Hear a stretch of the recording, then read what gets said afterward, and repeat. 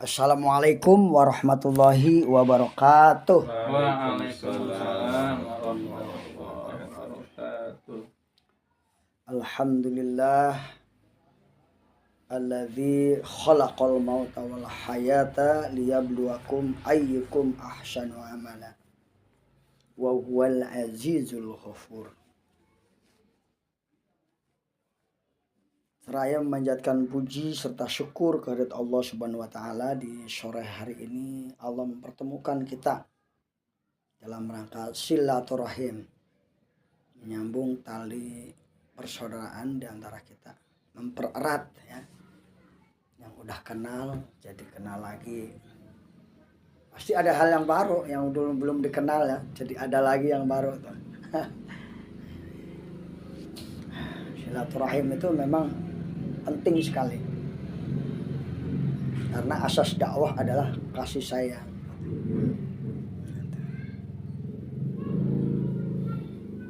Merangkul bukan memukul ya. Mengajak bukan mengejek. Maka Kiai Hasan Al-Banna itu ketika dakwah itu ke kedai-kedai kopi itu menyapa para calon mad'unya itu, sehingga tersentuh oleh dakwah itu, sehingga tersentuh dan merasakan nikmatnya berdakwah, nikmatnya. Walaupun ngajinya mungkin bletak-bletoknya, tapi karena sentuhan akhlak dari seorang murabi itulah akhirnya dia itu luluh hatinya. Ada oleh-oleh kisah kemarin waktu acara di Tangerang itu. Ada orang pintar sekarang udah doktor ya. Murabinya udah tua gitu ya. Dia mahasiswa, masih hebat lah gitu. Sebenarnya kalau ilmu mah nggak perlu ya, kata yang itu. Sebenarnya ilmunya malah lebih tinggi dia gitu. Tapi karena si mahasiswa ini selalu ya orang tua itu bersilaturahim dengannya gitu.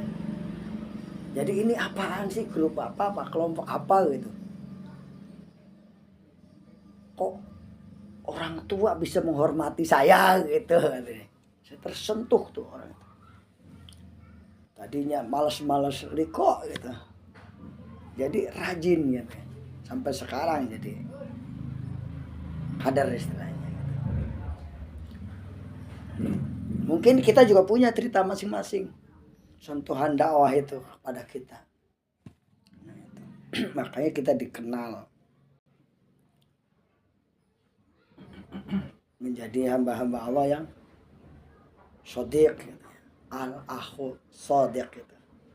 Saudara yang benar gitu. Saudara yang benar itu bukan hanya melihat kebenarannya aja, tapi ketika saudara kita berbuat salah ya kita perbaiki dengan cara hikmah.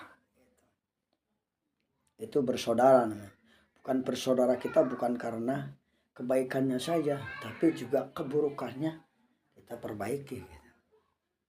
Maka kata Rasulullah, saudaramu adalah orang yang ketika melihat aibmu dia peduli gitu. Tapi kalau dia melihat aib kita sedang berbuat maksiat, dia diem aja gitu, itu berarti bukan saudara kita gitu. Malah dia diem aja gitu dengan kesalahan kita.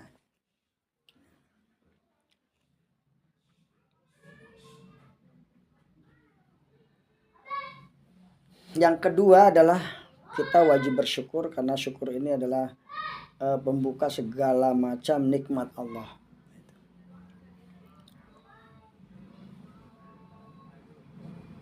Syukur ini adalah kunci ya.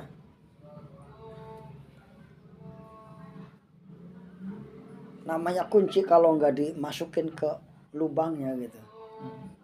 Kalau kuncinya salah pasti salah juga, nggak bisa kebuka. Gitu.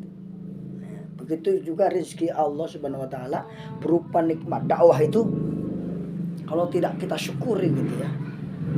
Sering saya katakan kalau dulu masih di DPD gitu ya, Hatta menjadi tukang sapu DPD itu adalah nikmat kita untuk berada di jalan dakwah gitu.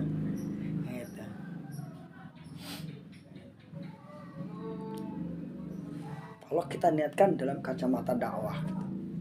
Tapi kalau kita kacamatanya bukan dakwah lagi, ya udah berbeda ya. Gitu. Makanya dakwah qabla kulli syai. Dakwah itu sebelum segala sesuatu. Nahnu du'at qabla kulli syai. Kami adalah dai sebelum sesuatu itu. Semuanya. Sebelum kita beraktivitas, kita itu udah menanamkan diri kita adalah seorang dai. Maka aktivitas kita harus profesional, harus hati-hati, harus mencerminkan akhlak yang baik. Konsepnya seperti itu Pak Ustadz ya. Ustadz udah praktek Ustadz. Nah, konsep bagus kalau tidak dipraktekkan ya, tidak bernilai. Jadi antara konsep dan kenyataan harus kita selaraskan. Nah, kalau Ustadz kita suka bilang, kalau lihat Islam ya lihat kamu katanya. Lihat Islam ya lihat kamu sebagai dai gitu. Kalau dai katanya nggak pernah ke masjid, nggak pernah berjamaah, ya itu apa yang dilihat gitu. Ya harus menjadi keteladanan dalam diri kita, keluarga kita.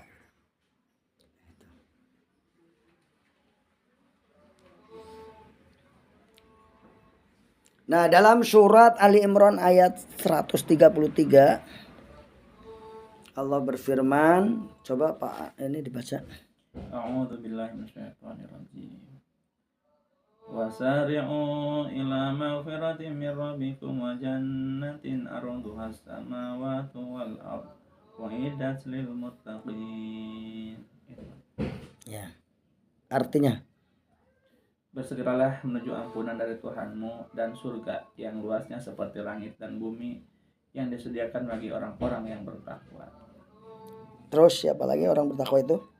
Alladzina yunfiquna fis sarra'i wad-dharra'i wal kadhibina al-ghaidha wal 'afina 'anil nas wallahu yuhibbul muhsinin. Yaitu orang-orang yang selalu berinfak baik di waktu lapang maupun sempit, orang-orang yang mengendalikan kemurkaannya, dan orang-orang yang memaafkan kesalahan orang lain.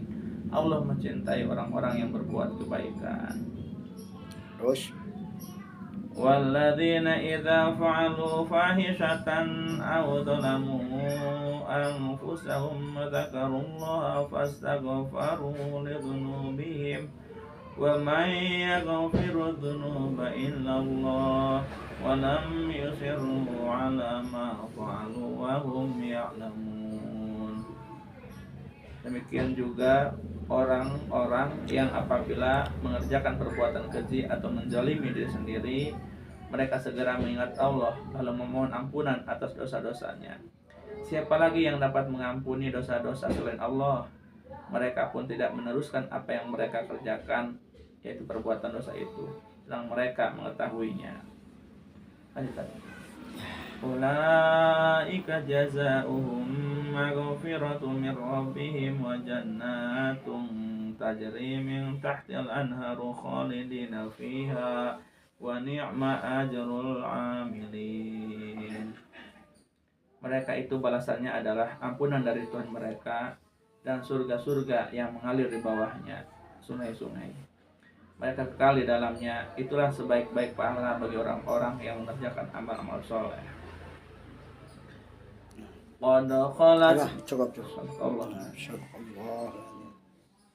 Nah, pada ujung akhir ayat tadi dikatakan bahwa ampunan dulu ya sebelum surga ya. Ampunan Allah itu. Jadi orientasi dalam beramal kita harus ditingkatkan untuk mendapatkan ampunan. Nanti akan dapat surga. Yang penting bagaimana kita diampuni kesalahan kita oleh Allah gitu. Anda sebagai manusia itu pasti salah ya. Allah berfirman atau Rasulullah bersabda bahwa al-insanu mahalul khotoyah wanisyan. Manusia teh tempat nak khoto tempatnya salah, wa nisyan tempatnya lupa. Kalau nggak bisa lupa bahaya nih. Makanya Allah kasih lupa itu udah nikmat gitu. Kalau Pak Kunci kelas itu kalau Pak Kunci beberapa sekolah. Beberapa sekolah lupa kunci kan malah. Bubuk di kantong berarti. Kacamata di mana? Kacamata di mana? Ada di. Malah. Makanya Rasulullah itu khairun nas, katanya sebaik-baik manusia al khotoun gitu, orang-orang yang banyak salah, banyak salahnya. Maka ada istilah belajarlah dari kesalahan, jangan berbuat salah terus maksudnya gitu. Ayo berbuat baik gitu. Wa khairul khotoun at-tawabin gitu. Dan orang-orang yang terbaik daripada orang-orang yang banyak khotoy lupa itu dosa, maka at-tawabin orang-orang yang bertaubat. Jadi kan lupa itu bisa menyebabkan dosa, bisa juga menyebabkan kita tidak profesional karena lupa ya. Bawa mobil lupa, ini rem apa gas itu saya dulu tuh atau nabrak itu tembok. Dikira rem gitu ya. Aduh. Dari situ trauma. Aduh. Itu bawa motor juga sama pernah gitu.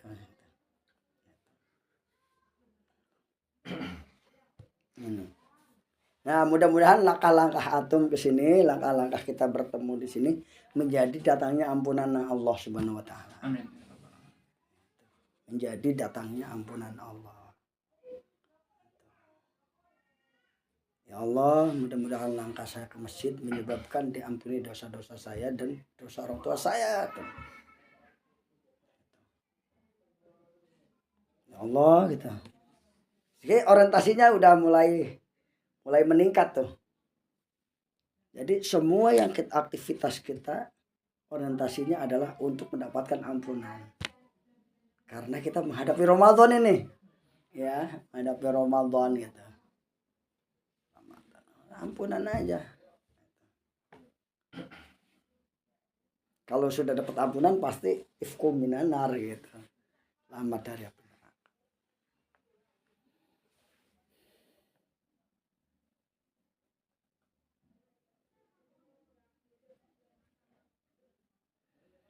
Dalam ayat ini Allah menganjurkan kita untuk bersegera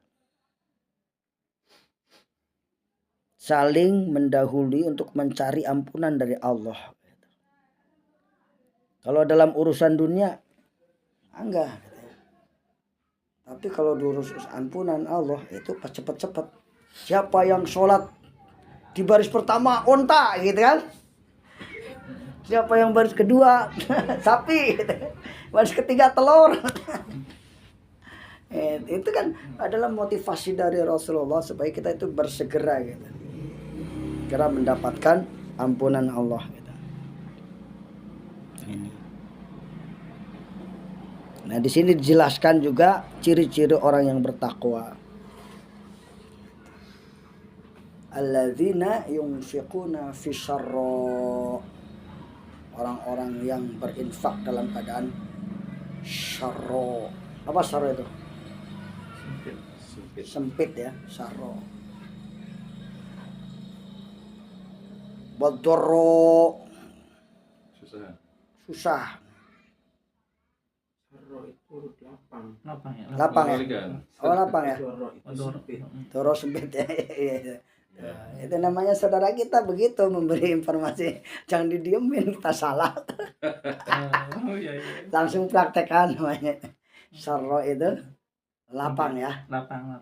Doro itu sempit ya. Ya dalam keadaan lapang ya kita enak ya. Lapang, sehat tuh. Sama panjang umur itu. Kalau salah satu diambil aja udah. Lapang, sakit, panjang umur tapi sakit. Itu nikmat tuh. Lapang, sehat, panjang umur. Masya Allah. Fatimah. Fatimah.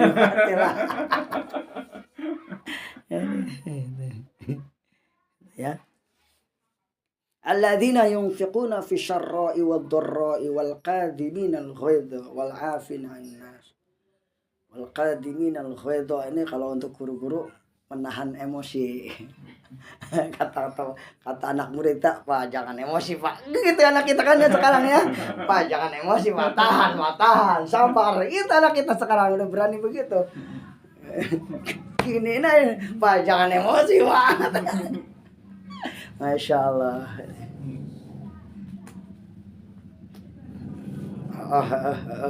Gitu gitu. Alhamdulillah. Karena pintu setan itu masuknya dari marah itu. Marah itu pintu setannya. Pintu setan akan masuk dari orang yang sedang marah. Makanya ketika marah, kalau lagi berdiri suruh duduk. Ketika duduk suruh rebahan. Suruh ambil air wudhu. Katanya ambil air wudhu. Karena marah itu dari setan. Setan itu harus dipadamkan dengan air katanya gitu. Logikanya. Gitu. Syarra'i wal dharra'i wal kadhiminal ghaidha wal 'afina 'anil nas. Yang paling mulia itu afina 'anil nas tuh. Kalau kita memaafkan manusia, kita akan dimaafkan oleh Allah. Nah ini makanya ini. Istri kita berbuat salah, anak kita berbuat salah. Menurut kita kan, kita doakan ya Allah, semoga diampuni dosanya. Dan juga dosaku. Kan kita kadang-kadang istri udah capek, udah masakin, masih aja kita suka kurang aja, merasa dia salah aja. Istighfar, didoakan, doain istri kita, tidur doain ya Allah semoga jadi temanku di surga kelak. Doain orang tuanya kalau udah meninggal, semoga orang tuanya dimaafkan, diampuni. Suka begitu nggak? Ya, harus dipraktekin itu. Kadang-kadang kita merasa tidak layak nih sama istri saya. Jadi teman orang saya ibadahnya lebih buruk dari istri saya. Hal-hal seperti itu untuk meningkatkan kita semangat kita gitu. Kan sebagai ini nih, sebagai orang yang sudah menjadi karyawan dakwah, wiridnya kan ini sehari 1 juz. Itu wirid karyawan. Jangan lupa ini, saya maksain ini. Walaupun saya belum paham bagaimana ini kebaca sehari gitu. Sudah hutang berapa nih tuh? Karena ini kan tanggal 31, tanggal 30 harusnya udah selesai. Ini 4 hari ini hutang. Nah, ini adalah tugas karyawan istilahnya. Mau paham nggak paham, bismillah baca. Kalau karyawannya aja lemah gitu, bagaimana perusahaannya mau kuat gitu. Jadi kita harus menjadi penyemangat diri kita. Kita ini adalah karyawan gitu. Karyawan gitu. Karyawan gimana sih? Harus semangat ya. Takut nggak dapat gaji gitu. Maksudnya di sini nggak dapat gaji dari Allah. Kita itu kayak main-main dalam dakwah gitu. Kita udah mengikrarkan diri sebagai karyawan dakwah ya. Salah satu kewajibannya adalah ini, wirid Al-Quran sehari 1 juz. Wirid nih. Belum ada lagi wirid pagi sore. Terlalu banyak ya. Terlalu banyak menurut kita ya, karena kita belum bisa menikmatinya. Tapi kalau dia menikmati mana lagi kerja kan mana lagi. Gitu. Iya, hati itu senang gitu ya. Gitu. Ya Allah. Kita gara-gara keluar ikut ini atau ya ikut training dakwah, malahan kewajiban kita tinggalin. rasa sudah lalai, udah capek, udah keluar, udah dari Al-Hijrah, udah dari DPD, udah dari ini, pulang-pulang udah capek. Ini kita nggak mau baca Quran, tidur.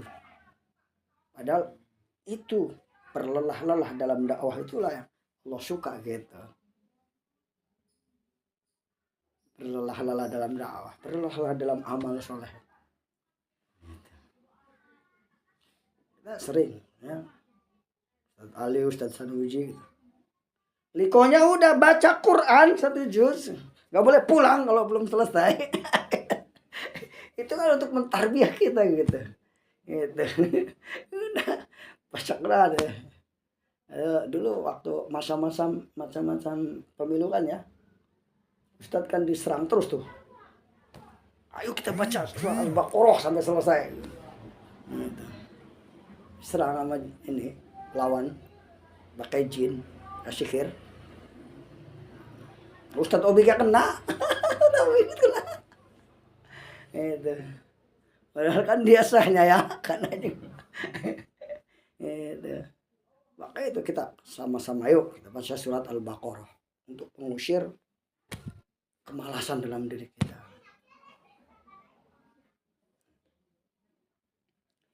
Kata Ustadz Syaukat kemarin, kita tuh waktunya sempit gitu ya.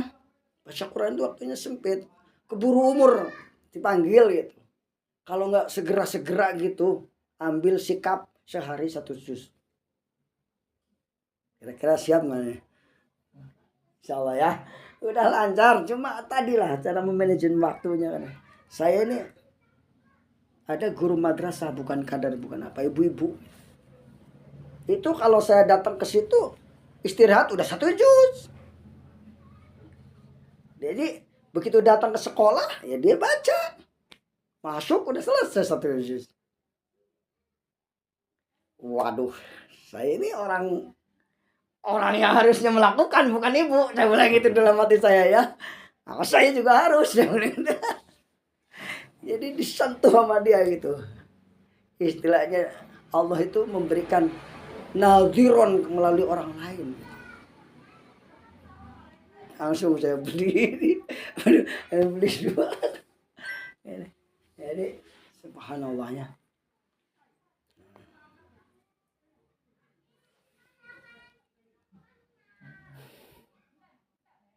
Nah, bagi mereka yang memiliki karakter takwa tadi, yunfikuna fi syarra wal dharra wal qadiminal ghaidha an wal afina an-nas wa idza fa'alu fahishatan aw dzalamu anfusahum dzakarallah. Nah, suatu saat pasti manusia itu akan tergelincir ya. Tergelincir itu wajar, tapi harus dzakarullah. Kalau tergelincir berbuat maksiat, tergelincir cepat-cepat. Ya udah tergelincir 4 hari, ya harus gimana nih caranya nih? Ya, kemarin saya habis dari warung kita, kemarin acara hari saung kita, udah saya istikaf aja di tempat itu, di masjid Atin belakangnya kan ada masjid lagi tuh. Alhamdulillah 4 juz selesai. Waduh borong gitu. Ya tadi juga borong 1 gitu. Ya. Ternyata tuh setiap kita lagi pusing, kesel gitu, nanti ketemu ayat yang kita hafal, seneng lagi gitu. Jadi seneng lagi tuh. Tadi saya ketemu ayat Al-Hujurat, udah hafal aku selesai gitu. Ada kegembiraan gitu. Tuh, kemarin lagi aduh ketemu Yasin, lancar kan. Jadi emang Al-Quran ini kayaknya gimana ya, dibaca itu sering juga membosankan karena iman kita belum kuat ya gitu, membosankan gitu. Nah itu tadi kenapa membosankan, karena yaitu kitanya belum mendapatkan nikmatnya gitu. Ada teman saya tuh, ada 2 orang ya, yang saya uji coba gitu. Setiap saya 1 juz tuh, sehari 5 juz ya, setiap 1 juz tolong aminkan gitu. Jadi pegawai negeri dua-duanya. Itu teman saya di sekolah tuh. Ini susah banget honor lama banget. Ngesuran, yuk kerjain yuk kita berdoa sama Allah bareng-bareng. Pokoknya tugas kamu cuma amin gitu. Orang Sukabumi gitu. Iya Pak, tugasnya cuma amin. Orangnya di penjara itu. Ada yang nolong dikeluarin. Itu kan cobaan tuh Mah ya. Cobaan aja, jangan sampai kita terjebak di situ nantinya. Terjebak ke keajaiban gitu. Al-Quran itu mengandung keajaiban tergantung kitanya ya. Itu aja barangkali ya. Mari kita kembali menyemangati diri kita untuk membaca wirid Al-Quran. Sebaik-baik zikir adalah Al-Quran katanya, yaitu sehari 1 juz. Bukan berarti saya udah ya. Mari kita sama-sama. Yo, saya. Wih, mantap. Kasih teh.